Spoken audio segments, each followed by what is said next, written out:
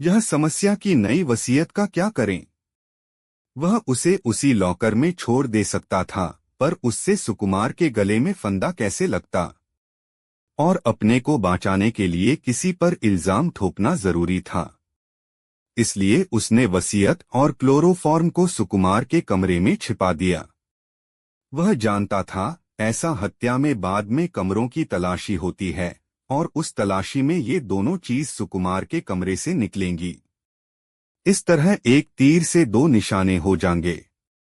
सुकुमार को फांसी का फंदा और फणी को वसीयत की संपत्ति। उसने जब अलमारियों खिसकाई थीं, तब उनकी आवाज हुई थी। इसी से सत्यवती की नींद टूटी थी। उस समय 11:15 बजे थे। सत्यवती ने सोचा सुकुमार सिनेमा देखकर लौटा है, लेकिन सच्चाई यह थी सुकुमार उस समय तक वापस आ ही नहीं सकता था। वह जब वापस आया तब सभी घड़ियों उसमें 12 के घंटे बज रहे थे। क्या अब भी कुछ और जानना चाहते हो? और वसीयत में गवाही न होने का कारण क्या हो सकता है?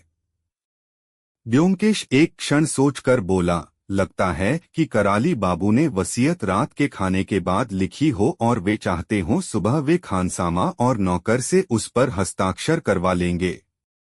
कुछ देर लोग शांति से सिगरेट के कश लगाते रहे। फिर मैंने ही पूछा, क्या सत्यवती से तुम दोबारा मिले? क्या कहा उसने? खूब धन्यवाद दिया होगा तुम्हें, है न? ब्योमकेश ने चेहरे पर निराश लाते हुए कहा, कुछ नहीं, केवल साड़ी से सिर ढककर मेरे चरणों का स्पर्श किया, बस। बहुत ही शालीन लड़की है, क्यों? ब्योमकेश खड़ा हो गया और मेरी ओर उंगली उठाकर बोला, तुम मुझसे उम्र में बड़े हो, याद रखना। और बिना उत्तर दिए अपने कमरे में चला गया। थोड़ी देर में सज धज के आया। देखकर मैंने कहा, तुम्हारा गोपनीय क्लाइंट लगता है, बहुत ही शौकीन है। जासूस को भी रेशमी कुर्ते में देखना चाहता है, क्या कहने? ब्योमकेश ने सेंट से सुगंधित रुमाल से मुंह पोंछा और बोला, हाँ, सत्य का अन्वेषण कोई मजाक नहीं है। उसके लिए बाकायदा तैयारी करनी पड़ती है। मैंने कहा, लेकिन सत्य का अन्वेषण करते हुए तुम्हें अरसा बीता, इससे पहले तो मैंने तुम्हें इतनी सज धज में नहीं देखा। ब्योमकेश ने गंभीर मुद्दा में कहा, दरअसल सच्चाई यह है कि सही मायनों में सत्य की खोज मैंने हाल में शुरू की है। तुम्हारा क्या मतलब है? तुम ही जानो। मतलब गहरा है मेरे भाई, देसी आंखों से देखो। और एक शरारत भरी मुस्कान छोड़कर जाने के लिए उठ गया। सच्चाई, सत्य। मैंने मस्तिष्क दौड़ाया और फिर सब कुछ समझ में आ गया। मैंने दौड़कर ब्योमकेश को कंधों से जकड़ लिया, सत्यवती।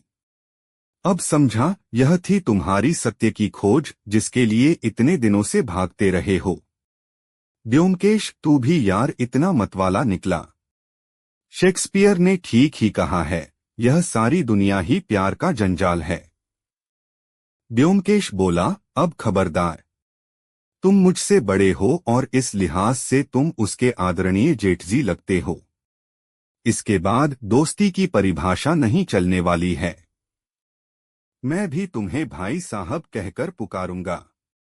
इससे तुम्हें आसानी भी रहेगी। मैंने टोक दिया, क्या प्यारे। अब मैं खटमल हो गया। मैं साहित्यकारों की नस्ल से बखूबी परिचित हूँ। मैंने जोर से निश्वास छोड़कर कहा, अच्छा बाबा, आज से मैं तुम्हारा बड़ा भाई हूँ। मैंने ज्ञानी की मुद्रा में ब्योमकेश के सिर पर हाथ रखकर कहा, जाजो तात, विलंब न करो, 4 बज रहा है। तुम्हें शीघ्र ही चलाना चाहिए। मेरा आशीर्वाद तुम्हारे साथ है। तुम सदैव सत्य की खोज में लगे रहो, चाहे स्त्रीयोजित हो अथवा सांसारिक। और ब्योमकेश चला गया। विपदा का सहार। निराश होकर ब्योमकेश ने अखबार मेरी गोद में फेंक दिया और बड़बड़ाने लगा, कुछ नहीं, कहीं भी कुछ नहीं है। इससे तो अच्छा है कि प्रेस वाले अखबार के पृष्ठों को खाली ही छोड़ दें, कम से कम छपाई का खर्च तो बचेगा। मुझे उसकी झुंझलाहट बर्दाश्त नहीं हुई। क्यों, क्या कुछ भी नहीं है अखबार में? तुम ही तो कहते हो कि दुनिया की सारी खबरें केवल वर्गीकृत विज्ञानों में होती हैं। ब्योमकेश ने मायूसी में एक चेरुट सुलगाया और बोला, नहीं, कुछ नहीं। व्यक्तिगत सूचनाओं में भी कुछ नहीं। किसी ने विज्ञापन दिया है कि वह विधवा से शादी करना चाहता है। विधवा ही क्यों, जबकि कुंवारी लड़कियों की कतार लगी हुई है। जरूर उसके मन में चोर बैठा है। बात तो सही लगती है। और भी तो कुछ होगा। एक बीमा कंपनी ने बड़ा इश्तिहार छापा है। वह संयुक्त रूप से पति पत्नी का बीमा करेंगी और यदि किसी कारण से उनमें से एक की मृत्यु हो जाती है तो बीमा की सारी रकम जीवित साथी को मिलेगी। ये बामी कंपनियों जीवन को इतना कष्टमय बना सकती हैं। यानी आदमी शांति से मर भी नहीं पाएगा। ऐसा क्या है? इसमें भी तुम्हें कोई गूढ़ दोष दिखाई देता है? बामी कंपनी को तो प्रत्यक्ष रूप से कोई फायदा नहीं होने वाला है, पर क्या यह लोगों के दिमागों में अपराध का बीज बोना जैसा नहीं है? मैं समझा नहीं, जरा विस्तार से समझाओ तो समझूं। ब्योमकेश ने कोई उत्तर नहीं दिया। उसने हताशा से भरा निश्वास छोड़ा। अपने पैरों को मेज पर रखकर छत ओर देखते हुए चेरुट का कश खींचने लगा। सर्दियों का मौसम था। क्रिसमस की छुट्टियां चल रही थीं। कलकत्तावासी छुट्टियों मनाने शहर छोड़कर दूरस्थ स्थलों के लिए निकल गए थे और दूसरे शहरों के वासी कलकत्ता घूमने आ गए थे। यह कहानी तब की है जब ब्योमकेश का विवाह नहीं हुआ था। अपने दैनिक कार्यक्रम के अनुकूल हम दोनों सुबह की चाय पर अखबार पढ़ रहे थे। 3 महीने की लंबी अवधि बिल्कुल खाली गुजरी थी। खाली बैठे बैठे ब्योमकेश जैसे मजबूत व्यक्ति में एक प्रकार की ऊब और निठल्लापन बैठ गया था। दिन भर खालीपन के लुढ़कते जा रहे थे। हर एक दिन अखबार देखते कि शायद कुछ मिल जाए, पर सब व्यर्थ। अखबारों में जो भी भरा होता हमारे लिए बेकार था। दिन बीतने के साथ मन भी बेझिल होने लगा था। मैं कल्पना ही कर सकता कि सोचने की ऊर्जा के अभाव में ब्योमकेश का मस्तिष्क कितना भूखा होगा। मैंने इस विषय में ज्यादा चर्चा करना उचित नहीं समझा, क्योंकि मुझे लगा यदि मैं इसकी चर्चा करूंगा तो शायद कहीं यह न सोच बैठ कि मैं उस पर निठल्ले का दोष मढ़ रहा हूं।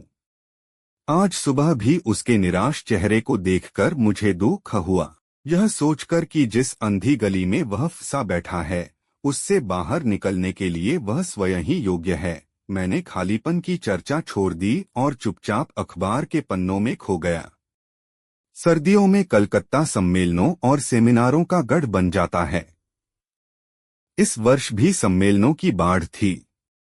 अखबार वालों को अपने पन्ने भरने का भरपूर मसाला मिल रहा था। तरह तरह की खबरें, तरह तरह के सांस्कृतिक कार्यक्रमों के विस्तृत समाचार। मैंने देखा इस समय कोई 6 से 7 सम्मेलन चल रहे थे।